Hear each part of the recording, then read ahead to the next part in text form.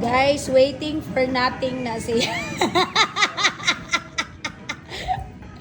So, kinsa man intaway gihulat ani. Oh, looy kayo porma, guys. Palihog ko claim ani, guys. Naara ni siya diri sa Barangay Kaligutan. So, sa gusto mo claim ani, pangitaa lang si Kuan Auntie Bilin.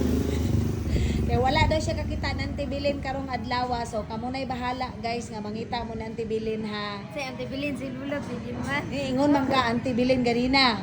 Ay, accident pero manang kaingon daw sila asa si Auntie Bilin. So, ingon ko, wala ko pala si Auntie Bilin. Ano sila, ingon sila nga, kanang titi, unsa day tawag niya sa imong mama, ti. Kung ano day ay Mama Lula man, siya ingon man siya ba nga, Auntie Bilin daw. Gani kay sila gitawag niya Auntie Bilin. So, gitawag ko niya Auntie Bilin. Ah, magkakaara ka. Ito na, sige lang, ako rin na siya isumbong ni Lola, kaya masuko si Lola. Ay, mahimong tagwan. Ha? She'll become a bata. Kay Auntie is bata, no? Dili man. Ang Lula kay tiguang. Tiguang naman jud imong Lola.